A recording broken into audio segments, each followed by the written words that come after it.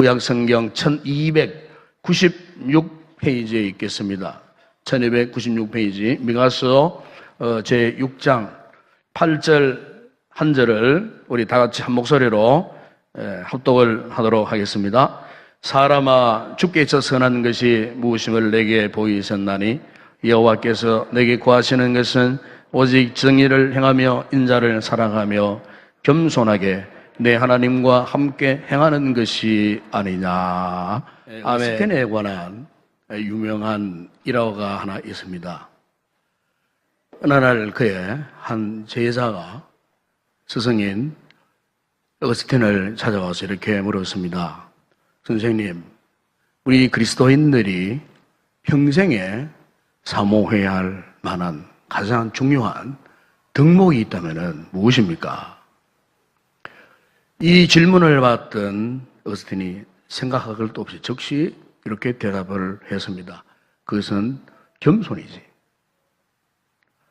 그러자 제자가 또 묻습니다. 선생님, 그렇다면 두 번째 중요한 것은 무엇입니까? 그것도 겸손이지. 그리고 또 묻습니다. 세 번째로 중요한 것은 무엇입니까?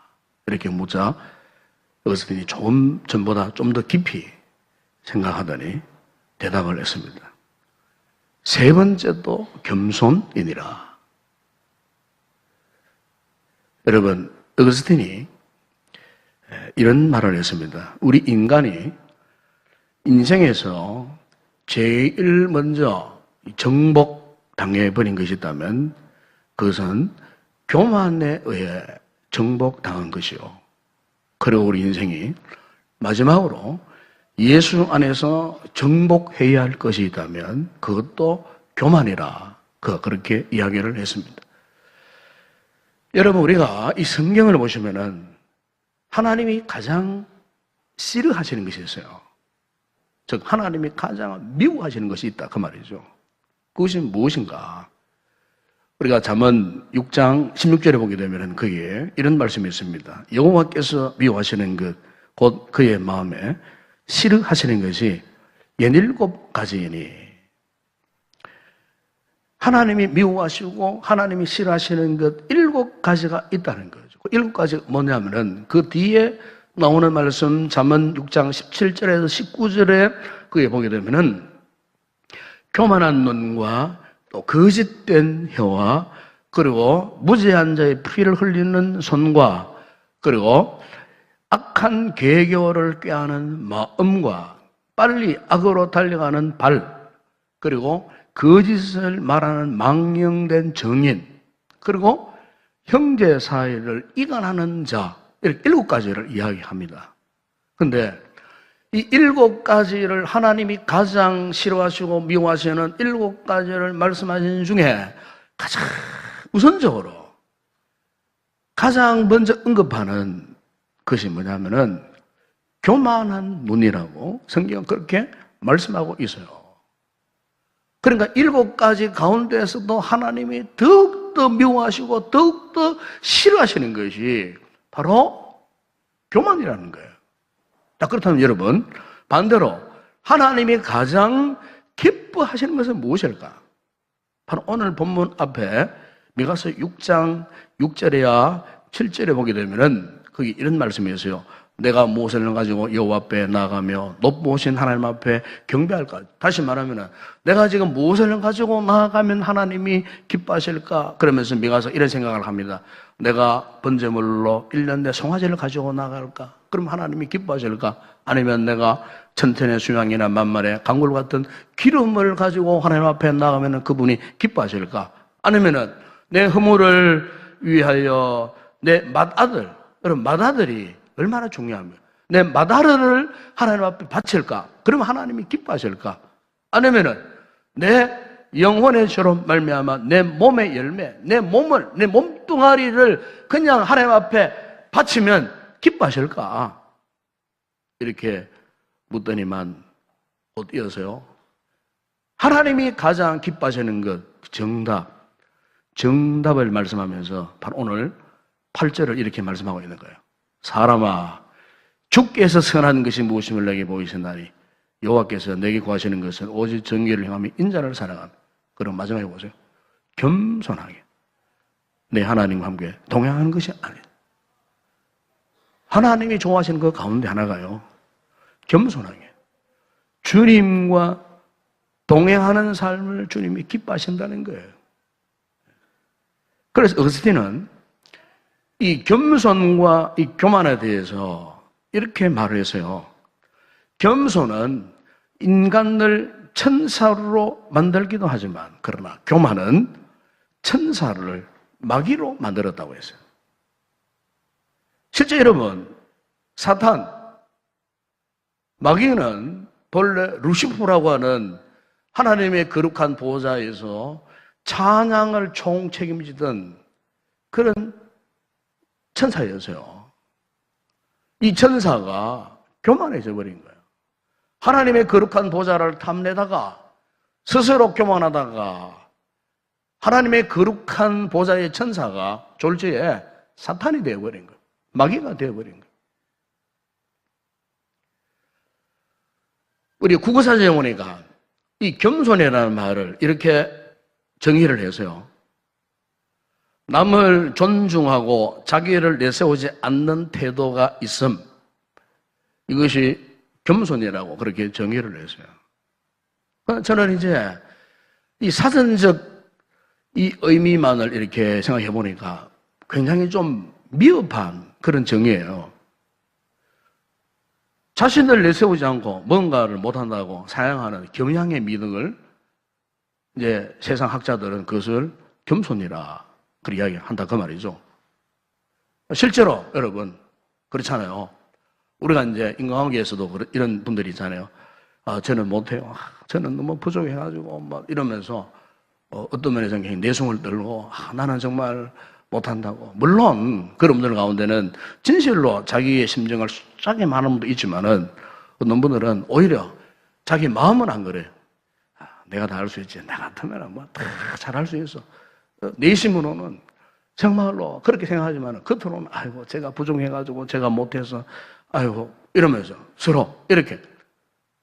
그러나 내심은 겉으로 말하는 것과는 전혀 다른, 한마디로 말하면 겸손한 척 하는 그런 사람들이 없지 않아 있다는 거죠. 여러분, 이 겸손이라 하는 것은 이렇게 자신을 비하하는 것이 아닙니다.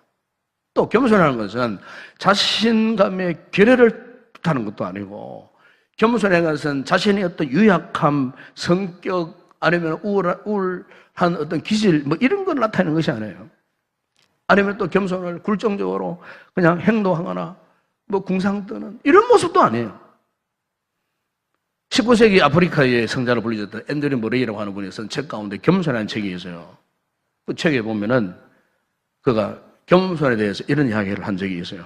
겸손은 피조물로서 자신의 위치가 어디인지 그 자리를 인정하고 하나님께 자리를 내어드리는 것이라. 이게 겸손이라고 말했어요. 여러분 그렇습니다. 진정한 겸손은 나를 알고 하나님을 아는 거예요. 그래서 우리가 하나님 앞에서 지금 내가 어떤 존재인지 이걸 먼저 알아야 돼요. 그리고 하나님이 어떤 분인지를 알아야 돼요. 그렇다면은 내가 서 있는 그 자리, 내가 고군분투하고 내가 그냥 그 자리를 지키려고 이건 내 것이 하는 이 자리를 주님께 내어드리는 거예요. 그게 진정한 겸손이라고 그렇게 이야기를 한 겁니다. 우리가 성경을 보게 되면은 겸손을 말할 때에 항상 하나님과의 관계를 먼저 거론해요. 겸손 따로 이야기하지 않아요. 그 대표적인 말씀이 잠언 22장 4절에 보면 이런 말씀이 있어요. 겸손과 여호와를 경외함의 보상은 재물과 영광과 생명이라고 그렇게 말씀해요. 보십시오. 겸손을 말할 때에 그 겸손함과 여호와를 경외하는 것 이걸 함께 묶어서 지금 그렇게 지금 말씀하고 있지 않습니까? 다시 말하면은 진정한 겸손은 뭐냐? 하나님을 경외하는 데서 나올 수 있다는 거예요. 하나님 앞에서 자신의 그 존재됨의 의미를 먼저 알고 하나님을 하나님으로 인정할 때 거기에 진정한 이 겸손의 모습이 나온다는 거죠. 자신을 인정하지 못하고 하나님을 하나님으로 인정하지 못한 상태에서는 절대로 겸손해질 수가 없다는 거죠. 그래서 우리가 영어에 보게 되면은 이 겸손이라는 말을 humility라는 단어를 써요. humility. 원래 humility라는 단어가 라틴어에서 파생된 단어예요. 라틴어에 보게 되면은 humus라고 하는 단어가 있어요. 여기에서 humility라고 하는 이 겸손이라는 단어 나왔다는 거예요. 그 의건을 보게 되면은 humus라고 하는 그 단어의 뜻이 뭐냐면은 흙이라는 뜻입니다. 흙이라는 뜻이 흙이라고 하는 humus에서 humility라는 단어가 나왔다는 거예요. 여러분, 우리가 창세기 3장 19절에 보게 되면은 하나님 우리 인간을 창조하시고 그리고 인간이 범죄했을 때에 이런 말씀을 했어요. 너는 흙이니 흙으로 돌아갈지니라 그랬어요. 여러분, 그리고 보십시오. 오늘 우리가 하나님 앞에서 진정한 이 겸손의 출발점은 그렇구나, 나는 흙이구나, 나는 흙 같은 존재구나, 나의 존재의 시작과 나의 본래의 모습이 흙이구나, 티끌과 같구나, 이것을 인정하는 거예요. 이 같은 땅의 티끌 같은 이 존재, 흙 같은 이 존재를 하나님께서 나를 빚어져 만드시고 그 안에 생기를 불어넣어 주심으로 하나님의 형상으로 창조되어지고 내가 하나님의 거룩한 자녀가 되었구나. 알고 보면 나는 흙에서부터 이렇게 오늘의 나의 존재가 시작되었다. 하나님이 나를 티끌 같은 이 존재를 이렇게 만들어 주셨구나 하는 이 사실, 이것을 먼저 알아야 된다는 거예요. 하나님 앞에서 우리의 존재, 우리는 대단한 존재가 아니라는 거예요. 하나님 앞에 내가 무엇을 가졌다고, 뭐 많이 배웠다고 굉장한 존재라고 우리는 스스로 착각하기 쉬운데 알고 보면 우리는 흙이에요. 여러분, 우리가 돌아갈 때 그 누가 검부와 짊어지고 돌아가는 사람 누가 있습니까? 죽을 때. 우리는 죽을 때 빈손으로 왔다가 빈손으로 돌아가요. 아무리 천날 호령하든 천하 영웅 호걸들도 그들이 죽고 한 10년만 지나보세요. 결국에는 다 흙으로 돌아가 버려요. 왜 우리가 교만합니까? 이 같은 흙 같은 우리의 존재의 이 본질을 인정하지 못하기 때문에, 흙 같은 존재를 빚어서 하나님의 거룩한 형상을 닮은 사람으로 만드신 이 하나님의 능력, 하나님의 이 절대적 존재하심을 인정하지 못하기 때문에 우리가 스스로 자기 힘으로, 자기 능력으로, 자기가 열심으로 일해갖고 자기가 무엇을 가졌냐, 소유했냐, 그 스스로 그렇게 교만하더란 말이에요. 이 사실을 잊어버리니까 믿음 생활을 아무리 오래 해도 이 사실을 인정하지 않으면요, 믿음 생활을 하고 또 할수록 왠지 모르게 점점 교만해져요. 알고 익으면 고개를 숙여야 되는데 믿음 생활을 오래 하면 할수록 왠지 모르게 더 목에 힘이 들어가고 어깨에 힘이 들어가고 뻣뻣해지고 교만해지고 도도해지고. 왜 그럴까요? 우리가 은혜를 받았다는 말이 무슨 말씀을 얘기했습니까? 나의 존재를 알고 하나님 앞에서 내가 어떻게 살아가야 할지 그것을 결단하는 게 은혜 받은 사람이에요. 그 결단이 가장 중요한 것이 겸손하게 행동하고 겸손하게 처신하는 거예요.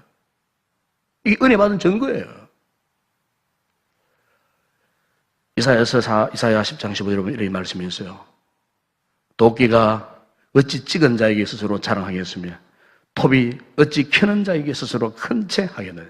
이는 막대기가 자기를 드는 자를 움직이게 하며 몽둥이가 나무 아닌 사람을 들려 함과 같음이로다. 무슨 말씀이에요? 내가 아무리 잘생기고 똑똑하고 가진 것 많아도 우리는 어떤 존재라고요? 하나님의 창조의 손에 들려진 도끼와 톱이에요. 다시 말하면 손에 들려져 있는 하나님의 연장일 뿐이에요. 도구일 뿐이에요. 마치 도끼가 스스로 무엇을 찍고 톱이 스스로 무엇을 자르는 것처럼 그렇게 착각을 하는데 성경은 그게 교만이라는 거예요. 우리는 대단한 존재가 아니에요, 하나님 앞에. 하나님이 우리를 붙들지 아니하시면은, 하나님이 우리와 함께 하지 아니하시면은, 하나님이 우리에게 은혜를 베풀지 아니하시면은, 우리는 정말로 아무런 존재도 아니에요. 티끌 같은 존재에 불과해요. 하나님에 의해서 빚은 피조물이기 때문에, 여러분, 우리가 이 사실을 한순간도 잊어서는 안 될 줄로 믿습니다. 시편 기자는 시편 53편 1절에서 이런 고백을 했어요. 어리석은 자는 그의 마음에 이르기를 하나님이 없다 하도다. 그들은 부패하며 가증한 악을 행하며 선을 행하는 자가 없도다. 그래요. 여러분, 여기에 어리석은 자를 누구를 그러냐? 교만한 자를 말하는 거예요. 겸손하지 못한 자를 말하는 거예요. 그들은 하나님의 존재를 부정합니다.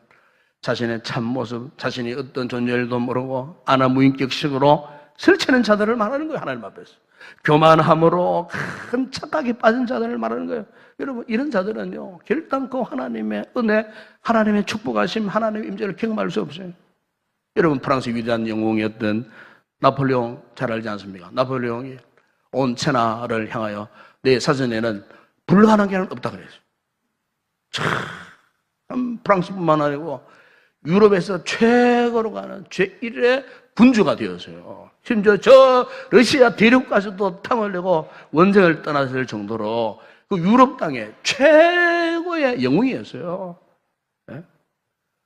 그러니까 그런 말을 할 만하죠. 내 사전에는 불가능이 없다. 그런데 그 인생이 45세대에 그 영광의 자리에서 쫓겨나고, 그리고 아프리카 서쪽에 세인트 헬레나 섬에 유배돼 갔어요. 거기에 고독한 삶을 살았어요. 한때의 세상, 권세, 영광 다 빼앗기고, 그리고 거기 살다가 51살 때에 아무도 기보지 않는 그곳에서 세상을 슬슬이 떠나게 말했어요. 그렇게 커졌던 나폴레옹도 보세요.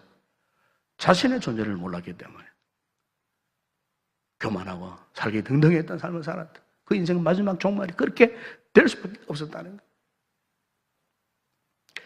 우리가 복음서를 보시면 예수님께서 우리에게 보여주시는 삶의 모습이 뭐냐 하면 천장하게 그분은 겸손의 삶을 살았어요. 자기를 낮추는 것이 그냥 겸손이라 말씀만 한 것이 아니에요. 주님은 철저하게 그의 삶을 통해서 하나님을 인정하는 삶을 살았어요. 하나님 아버지 인도하심, 그분의 주권 앞에 철저하게 순종했어요. 자신의 그 모든 생에 다 내어 맡기셨어요. 마지막 순간 십자가 앞에서 그 주님이 기도하셨어요.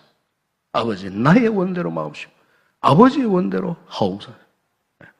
예수님은 당신이 지셔야 할 그 십자가는 하나님의 명령이었고 사명이었기 때문에 주님은 죽기까지 그 아버지의 말씀 앞에 철저하게 순종하셨어요. 바로 이것이 무엇입니까? 겸손의 극치예요. 하나님의 아들이셨지만은 철저하게 아버지의 말씀 앞에 철저하게 자신을 낮추시고, 그리고 하나님 앞에 복종하시고 순종하시고, 이 사실에 대해서 여러분 사도 바울이 빌립보 2장 5절이야 8절에서 이렇게 말씀했어요.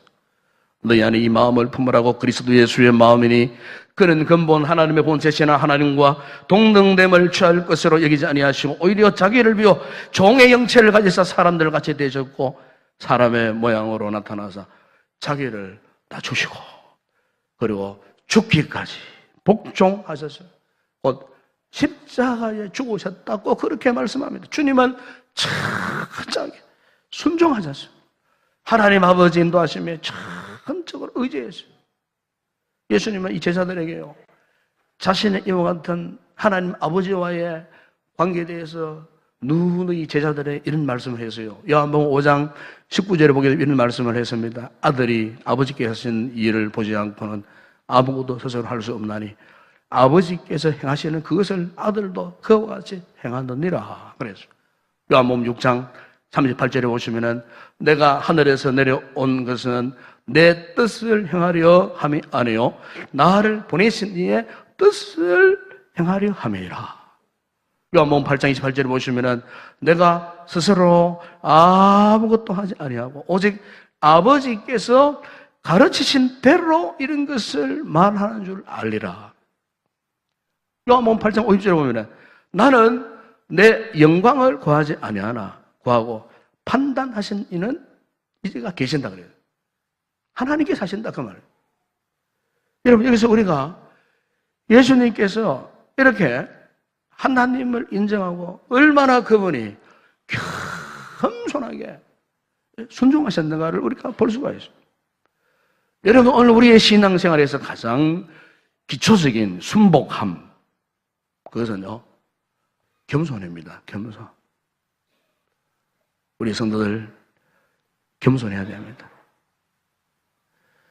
만약 하나님을 하나님으로 인정함으로써 주님께 무릎을 꿇는 겸손이 없으면요 그 믿음 가짜입니다. 가짜입니다. 분명 가짜입니다. 그런 사람은요 기도도 할 수 없어요. 교만한 마음을 가지고 어떻게 기도하겠어요? 교만한 마음을 가지고 어떻게 은혜를 경험할 수 있겠어요? 교만한 마음을 가지고 어찌 주님이 기뻐하시는 순종을 실천할 수 있겠어요?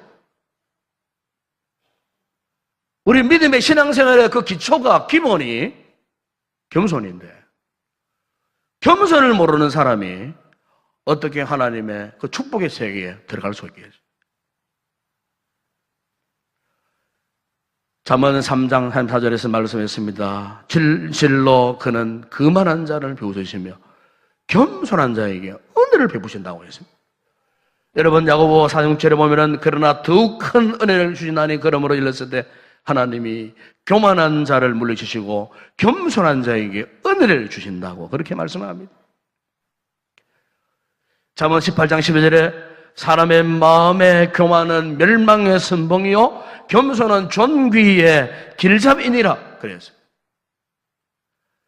잠언 29장 23절에 보면 사람이 교만하면 낮아지게 되겠고 마음이 겸손하면 영예를 얻으리라 그랬습니다. 여러분 저는 그렇게 생각합니다. 겸손은요 우리가 하나님의 은혜와 축복을 담는 그릇입니다. 그래서 우리가 이 같은 우리의 믿음 생활, 우리의 일상에서 어떻게 이 같은 이 겸손의 모습이 나타나야 되느냐. 저는 두 가지를 먼저 말씀드리고 싶어요. 먼저 하나는 나보다 남을 낮게 여길 수 있기를 바랍니다. 우리 성도들이 나보다 남을 낮게 여기세요. 자신도 중요하지만은 그러나 나보다도 남을 더 낮게 여기는 마음 이게 정말 중요한 거예요. 로마서 10장 10절에 형제를 사랑하여 서로 우애하고 존경하기를 서로 먼저 하며 그랬습니다. 갈라디아서 5장 13절에 형제들아 너희가 자유를 위하여 부르심을 입었으나 그러나 그 자유로 육체의 기회로 삼지 말고 오직 사랑으로 서로 종노릇하라. 빌립보 2장 3절에 보면 아무 일이든지 다툼이나 허용을 하지 말고 오직 겸손한 마음으로 각각 자기보다 남을 낮게 여기고 골로새서 3장 12절 3절에 보면 그러므로 너희는 하나님의 택하사 거룩하고 사랑받는 자처럼 긍휼과 자비와 겸손과 온유와 오래 참을 옷 입고 누가 누구에게 불만이 있거든 서로 용납하여 피차 용서하되 주께서 너희를 용서하신 것 같이 너희도 그리하고. 여러분 우리가 이 겸손이라는 말을 그냥 주상적인 의미로만 향해서는 안 된다는 겁니다. 성경이 구체적으로 말씀하잖아요. 우리가 어떻게 이 겸손한 삶을 살 수 있나? 서로 존경하고 사랑하고 용서하고 나보다 남을 낮게 여기는 바로 그 같은 모습.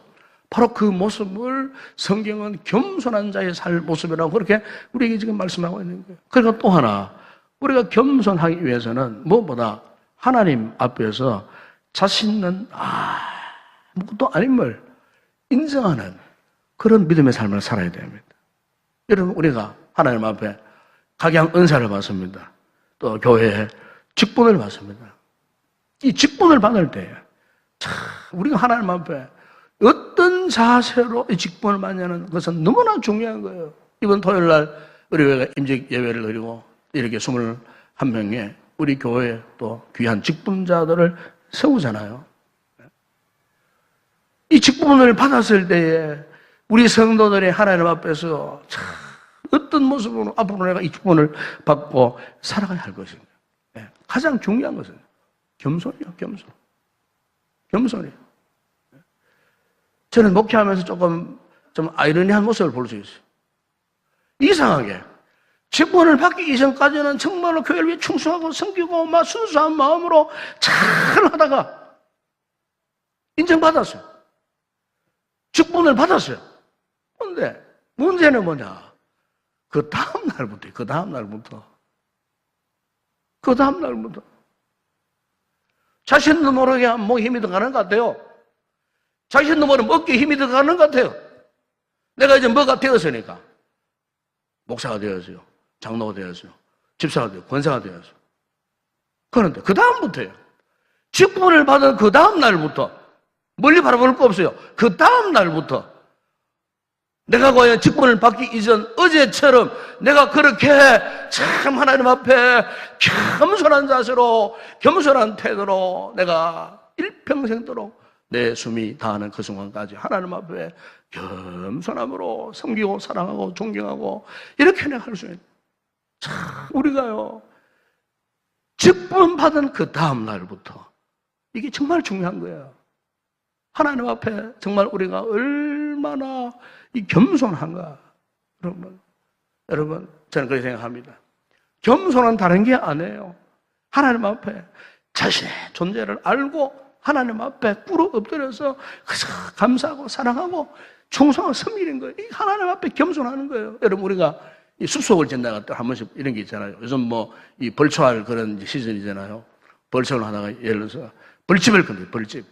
벌집을 건드렸는데 그러면요 벌들이 어떻게 합니까? 막 달라듭니다. 여러분 벌집을 건드렸을 때에 가장 안전한 방법은 다른 방법이 없어요. 그냥 그 자리에 막 폭삭 엎드리면 돼요. 벌들이 막 달라드니까 당황을 해가지고 막 팔을 휘젓고 막 소리 지르고 막 도망을 칩니다. 그 벌들이 막 따라갑니다. 따라가가지고 막 인정사정 없이 막 쏘아대잖아요. 그런데 벌집을 건드렸을 때 처음에는 달더라도 그냥 꼼짝 안 하고 엎드려가지고 죽다 싶어서 그냥 엎드렸으면요 벌들이 그냥 도망가 버린다는 겁니다. 그냥 간다는 겁니다. 여러분 오늘 우리 믿음 생활에서 사탄이 건드리지 못하는 사람이 누구일까요? 사탄이 아무리 유혹해도 넘어가지 않아요. 사탄이 아무리 시험거리를 갖다 대도 끄떡하지 않아요. 누구일까요? 기도를 많이 하는 사람일까요? 성경을 매일 읽고 묵상하는 사람일까요? 아니면 뭐 제자훈련 막 잘 받는 그 사람일까요? 충성하는 사람일까요? 아니 어떤 뭐 큰 직분을 받은 사람일까요? 그런데요, 이런 분들도 교만해지니까 속수무책이에요. 교만해지니까. 여러분, 겸손한 사람은 사탄이 아무리 흔들어대도 흔들리지 않습니다. 겸손한 사람은 절대로 쓰러지지 않습니다. 나는 아무것도 아니다. 흙에 불과합니다, 하나님. 이런 자신의 존재를 아는 사람은 하나님을 전적으로 의지하고 하나님을 신뢰하고 그분 앞에 고개를 숙이고 죽은 듯이 엎드릴 줄 아는 그 사람. 그 사람은요, 모든 유혹, 모든 시험을 이기고 하나님 앞에 더 큰 은혜를 받을 뿐만 아니고 하나님이 그를 축복하셔요. 하나님 앞에 그저 낮아지는 거예요. 겸손해지는 거예요. 그래서 사도 베드로가 가요. 베드로전서 5장 5절에서 이런 말씀으로 권면했어요. 젊은 자들과 같이 장로들에게 순종하고 다 서로 겸손으로 허리를 동이라. 하나님은 교만한 자를 대적하실 때 겸손한 자들에게는 은혜를 주시니라. 이런 보시면 여기에 겸손으로 허리를 동이라 그랬어요. 그래서 이 성경을 NIV 영성을 찾아보니까 이 영어 성경에서는 이 겸손으로 이 허리를 동이라 이 말씀을 겸손의 옷을 입어라. 겸손의 너의 옷을 입어라. 겸손의 옷을 입어라. 이런 무슨 말입니까? 여러분, 사람이 바깥으로 외출할 때 옷 벗고 벌거숭이로 돌아다니는 사람 누가 있겠어요? 아무도 없어요. 무언가 무슨 옷을 걸치고 나가잖아요. 여러분, 구원받은 하나님의 자녀들이, 그리스도인들이 우리가 반드시 입어야 할 옷이, 이 절대적인 옷이 바로 뭐냐?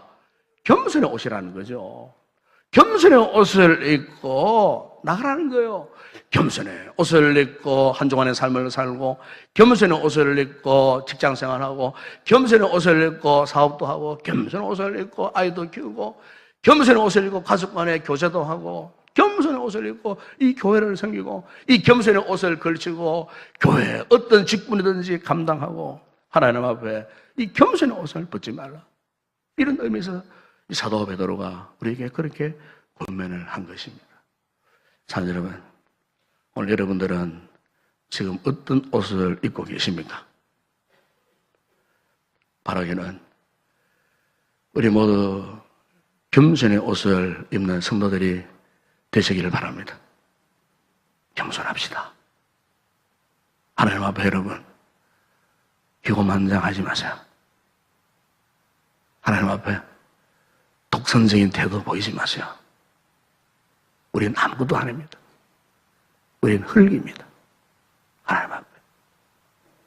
하나님을 하나님으로 인정하는 그런 겸손한 성도들로서 다른 사람을 존중하고 사랑하고 섬기고, 그리고 전적으로 하나님을 영향하고 순종해서 이 겸손의 옷을 입고 그분의 영광을 드러내는, 정말 하나님 인정하고 하나님 좋아하시고 기뻐하시고 축복하실 만한 그런 복된 믿음의 성도되기를 주의 이름으로 축원합니다. 기도하겠습니다. 아버지 하나님, 우리의 완악한 마음, 교만한 마음 주님 앞에 회개합니다. 예수님이 십자가에 죽기까지 이처럼 복종하셨던 이 주님의 모습, 주님의 마음을 우리가 본받기를 원합니다. 날마다 우리가 겸손의 옷을 입고 하나님 앞에 살기를 원합니다. 겸손의 옷을 입고 교회를 섬기고, 겸손의 옷을 입고 사명 감당하는 우리 모든 성도들 되게 하여 주시고, 우리 교회가 겸손한 믿음의 공동체가 되게 하여 주시옵소서. 예수님의 이름으로 기도드리옵나이다. 아멘.